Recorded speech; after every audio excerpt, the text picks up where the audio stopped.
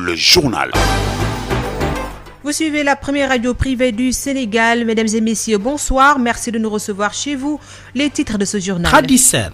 Le Sud-Just décrète encore 3 jours de grève malgré la médiation que mène la présidente du Haut Conseil du dialogue social. Une rencontre est d'ailleurs prévue cet après-midi entre la tutelle et les travailleurs de la justice. En tout cas, cette nouvelle grève paralyse davantage le secteur. Les populations ressentent directement les effets et plaident pour des négociations. Le président Macky Sall doit faire une nouvelle déclaration de patrimoine après sa réélection. Selon le professeur Papa Ogosek, enseignant-chercheur à l'UGB, la Constitution ne fait aucune différence entre un président élu ou réélu. Et puis nous ferons le marché en vue de la Tabaski. Un arrêté est en cours d'adoption pour fixer les prix de l'oignon et de la pomme de terre, des prix qui seront raisonnables pour éviter toute spéculation. Vous entendrez le directeur du commerce intérieur, Ousmane Bey, sera notre invité. Info Éco va boucler cette édition. Voilà pour les titres. Sud-Soir. Est à la présentation, Pape Abdoulaye Dieye assure la mise en onde. Bienvenue. Encore 3 jours de grève décrétés par le syndicat des travailleurs de la justice et ce, malgré la médiation que mène la présidente du Haut Conseil du dialogue social et qui a abouti à une rencontre cet après-midi entre le Sud-Just et la tutelle. Le Sud-Just a reçu la convocation du Haut Conseil du dialogue social et profitera du face-à-face avec le ministre de la Justice pour rappeler ses revendications. Les précisions de Maître El Hadji Boun Malick Diop, le secrétaire général du Sud-Just, avec Mame Diarra Da Silva. Effectivement, elle est confirmée. Elle aura à 17h entre le Sud-Just et le ministre de la Justice, en présence du Haut Conseil du dialogue social et de l'UNSAS, la centrale à laquelle est affilié le Sud-Just. Nos demandes sont très simples. On demande l'application des décrets qui ont été dûment signés par le président de la République et qui donnent certains droits aux travailleurs de la justice, notamment à une formation pour être reclassés dans de nouvelles hiérarchies. Aussi, la publication au journal officiel des décrets qui élargissent l'assiette du fonds commun et finalement aussi la mise en œuvre du protocole d'accord du 17 octobre 2018. Alors, malgré la rencontre de cet après-midi, vous maintenez la grève de 3 jours. Écoutez, la grève, c'était un plan d'action qu'on est en train de dérouler depuis le 15 juin. Jusqu'à présent, il n'y a rien eu qui peut nous inciter à suspendre ou à lever le mot d'ordre de grève. Peut-être au sortir de la rencontre, je le souhaite, qu'il y ait des choses qui pourront motiver l'arrêt de cette grève. La nouvelle grève de 72 heures du Sud-Just paralyse davantage le secteur. Après plus d'1 mois de mouvement d'humeur, les justiciables plaident pour des concertations puisque ressentant directement les effets de la grève. Adifatou Barry. Le Sud-Just encore en grève, un mouvement d'humeur aux conséquences bien nombreuses. Vraiment, c'est quelque chose à déplorer parce que le déplacement, c'est très compliqué. Depuis le mois de juin, je suis là. Pour le problème de papier, je suis même coincé ici. Devant le palais de justice de Dakar, c'est le défilé des voitures. Alors que dans le bâtiment annexe, par contre, c'est le calme plat, guichets et bureaux tous fermés, dans l'un des bancs en bois disposés dans ce qui ressemble à une salle d'attente. Wagué Kanté se repose tranquillement, il n'a pas eu ce qu'il était venu chercher. Depuis le mois de juin, je suis là. Donc actuellement ici, on ne peut marcher avec des papiers. Bon, quand on n'a pas identifié quelque chose, on ne peut rien autre là. La fatigue, l'incompréhension, ce sont aussi les ressentis de cet autre monsieur qui lui aussi a quitté tout ce matin la banlieue dakaroise pour juste un casier judiciaire. J'habite Pikine, je suis déplacé ici à Dakar pour récupérer un casier judiciaire, mais il se trouve qu'ils sont en grève. Un autre qui lui aussi semble perdu, c'est cet étudiant, les yeux rivés sur son téléphone, classeur en main. Lui aussi était venu chercher un certificat de nationalité, un papier de haute portée, puisqu'il devait lui permettre de participer à un concours qu'il prépare activement. Les préjudices sont énormes quand même. Vraiment, il y a blocage partout au niveau des candidats qui veulent déposer des concours. Vraiment. Le mouvement social entamé depuis le 2 juin par le syndicat des travailleurs de la justice a des répercussions directes sur la qualité du service public et cette nouvelle grève de 72 heures renouvelable à compter d'aujourd'hui indispose davantage ces citoyens qui se résignent une nouvelle fois à rentrer bredouille. Adji Fatou Bari, une rencontre est prévue entre le Sud-Just et la tutelle. Le président Macky Sall doit-il faire une nouvelle fois sa déclaration de patrimoine après sa réélection? Oui, répond le professeur Papa Ogosek, enseignant-chercheur à l'UGB. Il précise que la Constitution ne fait aucune différence entre un président élu ou réélu. Après la prestation de serment, le président doit effectuer sa déclaration de patrimoine. Écoutons le professeur Papa Ogosek, constitutionnaliste, joint par Isseignan. C'est aussi un débat sur faut-il déclarer le patrimoine ou pas du côté du président de la République. En tout cas, ce que dit l'article 37 de la Constitution est assez clair.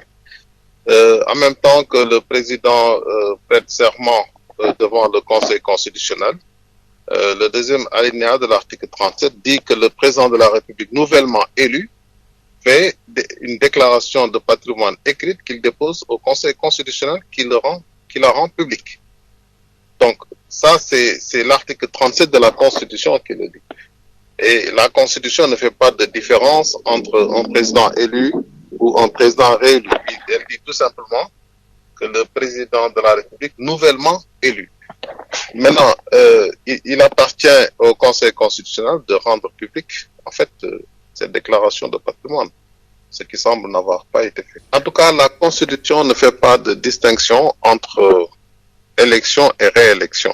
Maintenant, s'il y a des problèmes d'interprétation de la Constitution, il faudra que le Conseil constitutionnel se prononce sur ce point. Donc pour les ministres, c'est également valable? Oui, parce que le principal doit faire suivre l'accessoire, plutôt l'accessoire sur le principal en droit.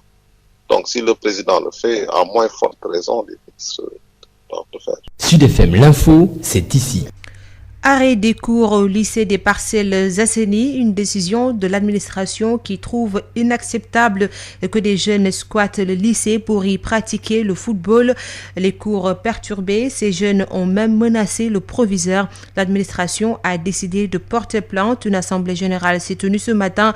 Badara Ndiaye, professeur de philosophie, porte-parole du jour, réagit au micro d'Elhadji Moussa Thiam. Aujourd'hui, on a tenu cette assemblée générale parce qu'on a eu un problème avec quelques jeunes du quartier. Et vous savez que depuis toujours, le grand terrain qui est derrière est ouvert aux jeunes du quartier. Parce que nous comprenons que nous avons un problème d'espace et que les jeunes ont droit de faire le sport. Et donc, c'est une école, le terrain leur a été confié. Et donc, mais depuis quelque temps, on a décidé quand même que, comme on a fait des investissements sur le terrain de basket, le dimanche passé, les jeunes du quartier étaient venus pour jouer au football. Le proviseur qui habite dans le lycée est venu leur dire carrément que mais désormais, il faut laisser ce terrain de basket parce qu'il y a des cours qui se font ici, et puis d'aller dans le grand terrain. Ce que les jeunes du quartier n'ont pas voulu accepter. Et ils ont menacé le professeur, ils ont proféré des insultes de père et de mère au proviseur. Et quand nous sommes mis au courant, nous avons dit que c'est inacceptable. Ici, nous sommes dans une école, c'est un lieu d'éducation. Et Dieu sait que parmi ces jeunes, peut-être que certains sont passés ici, nous trouvons inacceptable que des jeunes puissent venir par la force, avec la violence, dire qu'ils vont jouer dans ces terrains. Et ils perturbent les cours. C'est vrai que parfois, les trucs, c'est dans l'après-midi, mais dans l'après-midi, les jeunes sont là. Ils viennent pour réviser. Nous pensons quand même qu'il y a un terrain, un grand terrain, qui leur est ouvert, ils peuvent rester là-bas. Mais quand des jeunes viennent proférer des insultes, l'autre jour, dimanche passé, l'imam est venu du quartier. Ils n'ont pas voulu entendre l'imam. Ils sont venus, hier, ils sont venus vouloir assiéger la maison du proviseur. Nous pensons que c'est inacceptable. Trop, c'est trop. Nous avons demandé au proviseur de porter plainte contre X. Et nous n'allons pas accepter que des jeunes puissent venir ici par la force et puis jouer, perturber les cours, c'est impossible. Aujourd'hui, nous avons arrêté le cours par solidarité parce que nous sommes une communauté éducative et quand ça touche un membre du personnel, ça touche à tout le monde. Parce que si on laisse passer, mais demain, les élèves risquent de venir dans nos classes, nous trouver dans les classes et perturber. C'est inacceptable parce qu'il y a des choses qui sont inacceptables. Désormais, on va porter plainte. Et puis parlons du prix de l'oignon et de la pomme de terre. Le ministre du Commerce est en train de prendre un arrêté en cours d'adoption. Il vise à fixer des prix qui seront raisonnables pour éviter toute spéculation. Des propositions ont été faites. L'État va veiller, selon le directeur du Commerce intérieur, Ousmane Baye, joint par El Hadj Malick Ndiaye. Le ministre du Commerce est en train de prendre un arrêté. Donc l'arrêté est même en cours d'adoption. Donc nous pensons l'avoir dans la semaine. Et cet arrêté vise à fixer des prix plafonds aussi bien pour l'oignon que pour la pomme de terre. Ce que nous voulons, c'est d'avoir des prix qui garantissent en tout cas une rémunération raisonnable aux producteurs, mais nous voulons pas aussi que les gens profitent de cette période de forte demande pour spéculer sur les prix de l'oignon et de la pomme de terre. Alors, est-ce qu'il y aura une harmonisation des prix? Oui, l'objet de cet arrêté, c'est en tout cas de prévoir des niveaux de prix à ne pas dépasser. D'abord, au niveau producteur, nous avons retenu un prix de 325 francs. Au niveau grossiste, un prix de 330 francs. Et au niveau du détail, un prix de 400 francs. Maintenant, dans les régions de l'intérieur, ce prix sera majoré d'un différentiel de transport. Mais nous ne voulons pas que le prix, quelle que soit la région, puisse dépasser quand même 500 francs. Donc, nous voulons que les gens ne profitent pas de cette situation aussi pour spéculer. Et nous sommes en train de prendre les instruments juridiques qui permettent à nos agents de pouvoir surveiller comme il le faut et de réprimer aussi en cas de constatation de pratiques de prix. Ousmane Mbaye, directeur du commerce intérieur, sera notre invité.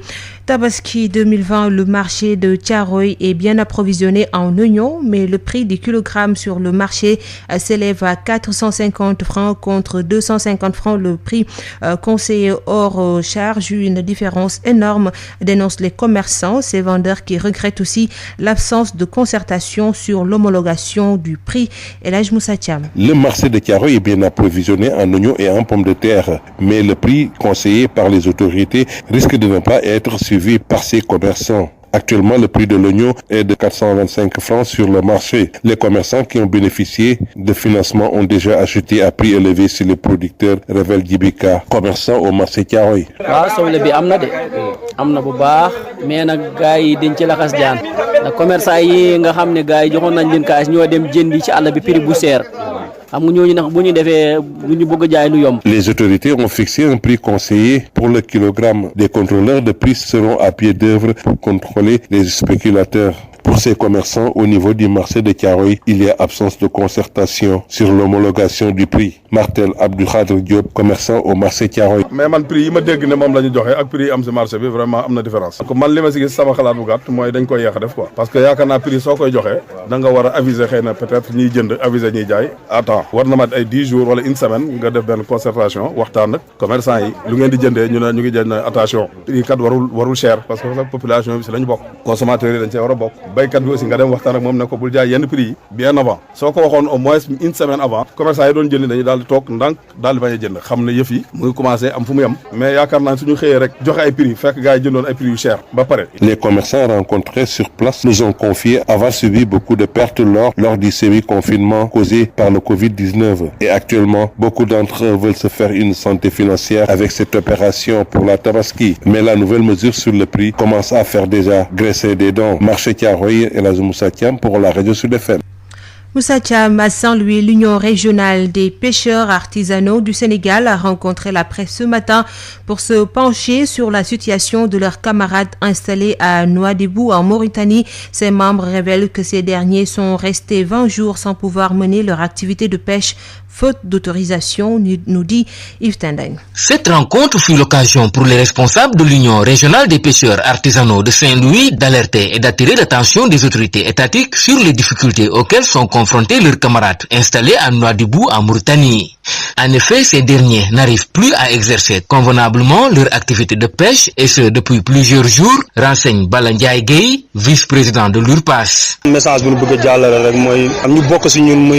message que nous souhaitons véhiculer, c'est que nos camarades pêcheurs installés à Nouadhibou en Mauritanie vivent d'énormes difficultés, et ce depuis 2016.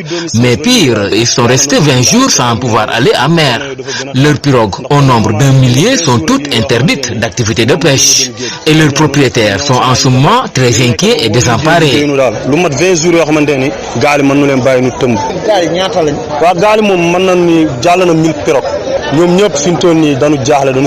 Des difficultés qui aujourd'hui sont amplifiées par la pandémie de la Covid-19 qui a fini d'affecter tous les secteurs de l'économie. C'est le calvaire total chez eux présentement.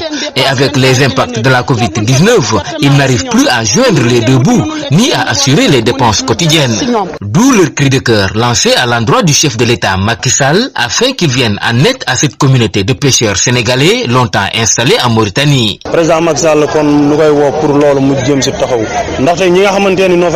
Nous interpellons le président Macky Sall pour qu'il leur vienne en aide, avec surtout la collaboration de son homologue mauritanien. Ceci afin qu'il facilite la vie à ces pêcheurs sénégalais résidant en Mauritanie.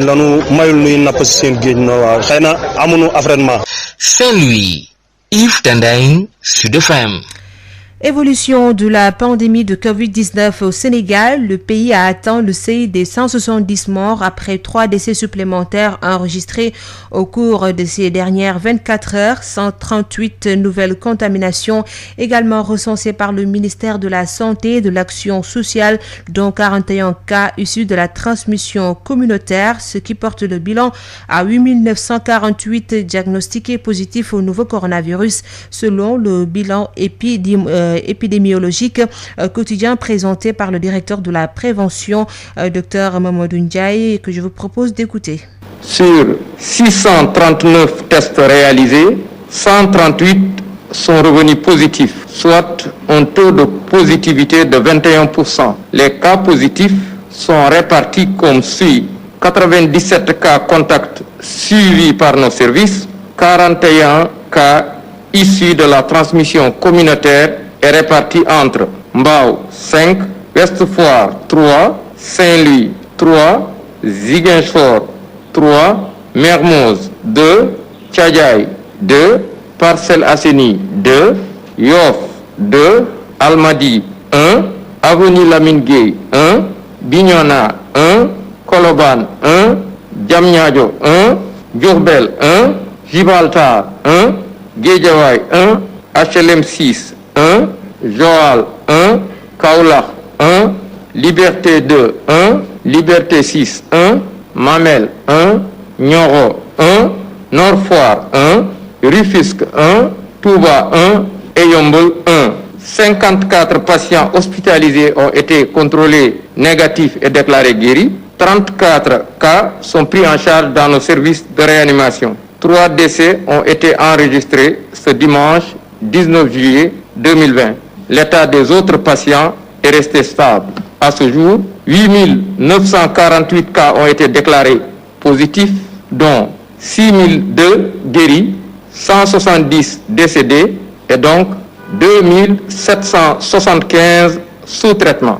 Le ministère de la Santé et de l'Action sociale réitère ses recommandations aux populations, surtout au respect des mesures barrières, une distanciation physique d'au moins 1 mètre dans les lieux publics et rassemblements, le port obligatoire de masques, le lavage des mains. Sud FM vous transporte partout au Sénégal et dans le monde. Sud International. Au Mali, fin à Bamako ce dimanche de la mission de la CEDEAO dirigée par l'ancien président nigérian Jonathan Goodluck après 4 jours de pourparlers avec toutes les parties prenantes de la crise sociopolitique dans le pays. Elle a tiré les conclusions de ses travaux axés sur la reconstitution des membres de la Cour constitutionnelle, mise en place d'un gouvernement d'union nationale et l'ouverture d'une enquête sur les morts causées par les dernières manifestations à Bamako. Le M5 RFP a rejeté ces pistes de sortie de crise. Les détails avec Jean-Claude Kassibrou, président de la commission de la CEDEAO, au micro de notre correspondant Souri Ibrahima Meiga. Il faut d'abord que les 3 branches qui font l'État, c'est-à-dire l'exécutif, le législatif et le judiciaire soient en place. C'est pour ça que, premièrement, nous avons mis l'accent sur la résolution des points qui ont créé les manifestations, qui ont entraîné les manifestations. Refonder la Cour constitutionnelle rapidement. Et c'est pour ça qu'on a proposé que le président de la République puisse nommer ses 3 représentants de manière consensuelle, que le Conseil supérieur de la magistrature puisse nommer ses représentants à 6, 3 représentants chacun, à 6, ça fait le quorum.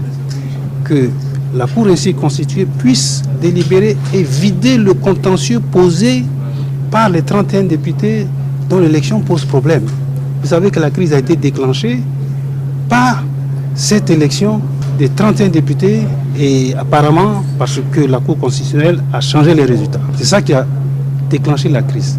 Nous ne disons pas qu'il n'y a pas de cause profonde, mais l'étincelle, ça a été ça. Donc il faut régler ça. Une fois que la Cour constitutionnelle a vidé le contentieux, en ce moment, le Parlement reconstitué, ayant retrouvé sa légitimité, peut nommer ses 3 membres et on a donc la totalité de la Cour constitutionnelle à 9 membres. Deuxième point, c'est le gouvernement d'union nationale. Depuis plus d'1 mois, le pays n'a pas de gouvernement. On ne peut pas régler les problèmes, notamment les problèmes de gouvernance, s'il n'y a pas de gouvernement. Et donc, nous avons proposé un gouvernement d'union nationale qui englobe l'ensemble des composants. Et Dieu merci, le président de la République a accédé à ça.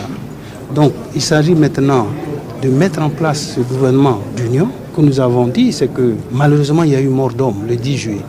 Et quand il y a mort d'homme, vous savez, ça devient compliqué. Ce que nous avons dit, il faut que les enquêtes soient menées jusqu'au bout pour qu'on situe les responsabilités. Comment se fait-il que dans le métier de l'ordre, il y a eu des usages de balles réelles qui ont entraîné ces morts? Situer les responsabilités. Situer les responsabilités au niveau des destructions de biens publics et privés. À l'instant, Jean-Claude Kassibrou, président de la commission de la CEDEAO. Les députés égyptiens ont approuvé ce lundi une possible intervention armée en Libye si les forces du gouvernement de Tripoli poursuivent leur avancée vers l'Est. L'Égypte pourrait envoyer des soldats pour des missions de combat hors des frontières afin de défendre la sécurité nationale égyptienne, indique le Parlement dans un communiqué. Et puis l'Organisation mondiale de la santé s'est déclarée préoccupée ce lundi par l'accélération de l'épidémie de Covid-19 sur le continent africain, jusqu'alors relativement épargné. Sud FM, l'invité du jour. Il s'agit du directeur du commerce intérieur, Ousmane Bey, interrogé par El Hadj Malick Ndiaye. Nous sommes avec Ousmane Bey, bonjour. Bonjour, Ndiaye. Vous êtes le directeur du commerce intérieur. Alors, nous sommes à quelques jours de la Tabaski. Dites-nous, est-ce que l'oignon et la pomme de terre seront disponibles? Oui, nous le pensons très bien. L'oignon et la pomme de terre sont très prisés durant la fête de la Tabaski. Toutes les équipes du ministère en charge du commerce sont mobilisées pour en assurer une bonne disponibilité, ce qui est aussi un gage d'assurer la stabilité des prix de ces deux spéculations. Alors, s'agissant de la pomme de terre et même pour l'oignon, nous avons procédé au gel des importations depuis le mois de janvier. Ce qui fait qu'aujourd'hui, nous avons un marché exclusivement approvisionné à partir de la production locale. Pour la pomme de terre, les petits producteurs ont déjà écoulé leur production. Il reste que celle des gros producteurs. Et à la date d'aujourd'hui, nous avons mobilisé près de 30 000 tonnes qui sont aujourd'hui disponibles dans les chambres froides pour satisfaire toute la demande de la Tabaski et même bien après, parce que 30 000 tonnes, ça court bien après même la Tabaski. Alors, pour la pomme de terre, la difficulté que nous avions ces dernières années, c'était des difficultés d'ordre logistique. Donc, le produit était positionné en banne à 300 km de Dakar. Et à 2-3 jours de la Tabaski, nous avions des difficultés de faire venir ces stocks sur Dakar avec aussi la main-d'œuvre, en tout cas qui faisait aussi défaut à quelques jours de la Tabaski. Cette année, en rapport avec l'industriel, le producteur concerné, nous avons pu positionner ici à Diamniadio 4500 tonnes de pommes de terre. Et nous attendons la dernière semaine du mois de Tabaski pour injecter cette quantité sur Dakar et environ. Ce qui fait que sur la pomme de terre, nous n'avons pas trop de difficultés. Sur l'oignon, c'est une situation un peu différente parce que Nous n'avons pas de gros producteurs à la dimension de ceux qui sont présents dans la filière pomme de terre. Sur l'oignon, nous avons de petits producteurs éparpillés ça et là, mais avec des plateformes de commercialisation qui nous permettent d'avoir une idée précise sur les stocks. Alors, semaine passée, nos amis de l'ARM ont fait le point sur Potou. Aujourd'hui, nous avons en tout cas d'énormes quantités qui sortent avec la nouvelle variété Sonsa qui commence à sortir. Mais les difficultés que nous avions, c'était un peu une tendance haussière sur les prix de l'oignon. C'est fort de cela que le ministre du Commerce est en train de prendre un arrêté. Donc l'arrêté est même en cours d'adoption. Donc nous pensons l'avoir dans la semaine. Et cet arrêté vise à fixer des prix plafonds aussi bien pour l'oignon que pour la pomme de terre. Ce que nous voulons, c'est d'avoir des prix en fait qui garantissent en tout cas une rémunération raisonnable aux producteurs, mais nous voulons pas aussi que les gens profitent de cette période de forte demande pour spéculer sur les prix de l'oignon et de la pomme de terre. Alors, est-ce qu'il y aura une harmonisation des prix? Oui, l'objet de cet arrêté, c'est en tout cas de prévoir des prix, des niveaux de prix à ne pas dépasser. D'abord, au niveau producteur, nous avons retenu un prix de 325 francs. Au niveau grossiste, un prix de 360 francs. Et au niveau du détail, un prix de 400 francs. Maintenant, dans les régions de l'intérieur, ce prix sera majoré d'un différentiel de transport. Mais nous ne voulons pas que le prix, quelle que soit la région, puisse dépasser quand même 500 francs. Donc, nous voulons que les gens ne profitent pas de cette situation aussi pour spéculer. Et nous sommes en train de prendre les instruments juridiques qui permettent à nos agents de pouvoir surveiller comme il le faut et de réprimer aussi en cas de constatation de pratiques de prix illicites. À la veille des fêtes religieuses telles que la Tabaski, des personnes mal intentionnées en profitent pour écouler des produits impropres à la consommation. Alors, dites-nous, quelles sont les dispositions que vous avez prises cette année? Oui, sur cet aspect-là aussi, le contrôle de qualité des produits alimentaires, c'est un aspect que nous surveillons parce que aussi cette période de forte demande est très propice également à l'introduction sur le marché de produits non conformes. Ça aussi, tous nos agents sont mobilisés, autant pour surveiller en tout cas les prix de ces denrées très prisées, mais autant aussi pour surveiller la qualité des produits qui sont proposés aux consommateurs. Donc nous lançons un appel vraiment aux acteurs, aux opérateurs, dont la plupart aujourd'hui, en tout cas, a conscience un peu de l'importance de mettre sur le marché des produits conformes. Mais nous mettons en garde également, en tout cas, tout acteur qui serait tenté serait tenté de mettre sur le marché des produits non conformes que nous retrouverons sur leur chemin. Ousmane Baye, je vous remercie. C'est moi qui vous remercie. Je rappelle que vous êtes le directeur du commerce intérieur. Sud FM, chez vous, à tout instant. La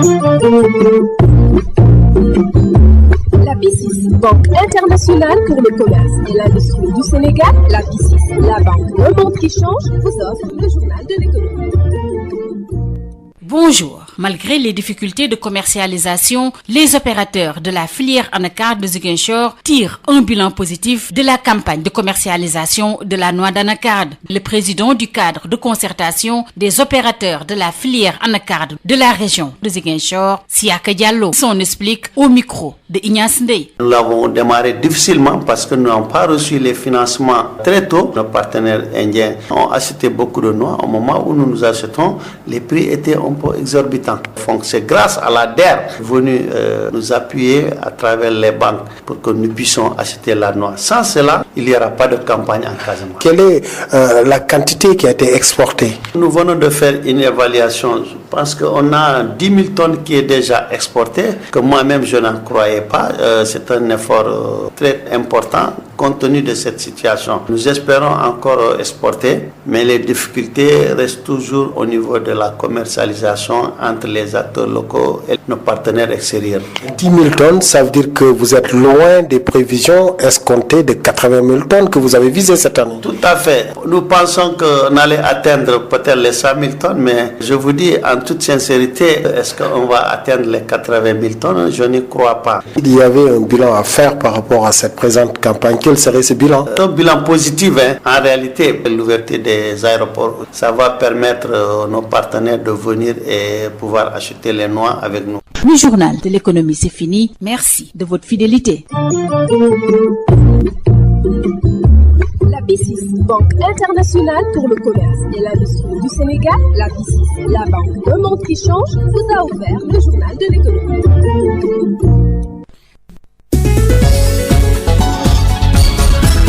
Khadisen. C'est la fin de cette édition. Le rappel des titres. Le Sytjust décrète encore 3 jours de grève malgré la médiation que mène la présidente du Haut Conseil du dialogue social. Une rencontre se tient en ce moment entre la tutelle et les travailleurs de la justice. En tout cas, cette nouvelle grève paralyse davantage le secteur. Les populations ressentent directement les effets et plaident pour des négociations. Le président Macky Sall doit faire une nouvelle déclaration de patrimoine après sa réélection. Selon le professeur Papa Ogosek, enseignant-chercheur à l'UGB, la Constitution ne fait aucune différence entre un président élu ou réélu. Prix de l'oignon et de la pomme de terre, un arrêté est en cours d'adoption pour fixer les prix de l'oignon et de la pomme de terre, des prix qui seront raisonnables pour éviter toute spéculation. Ousmane Bey, directeur du commerce intérieur, était notre invité. Info Éco a bouclé cette édition mise en œuvre par Pape Abdoulaye Dieye. Merci de nous avoir suivis. Tout de suite, cette nutrition, suivi du journal de la culture avec Amadou Moustapha Dian. Merci de votre fidélité. Le gel main Valdin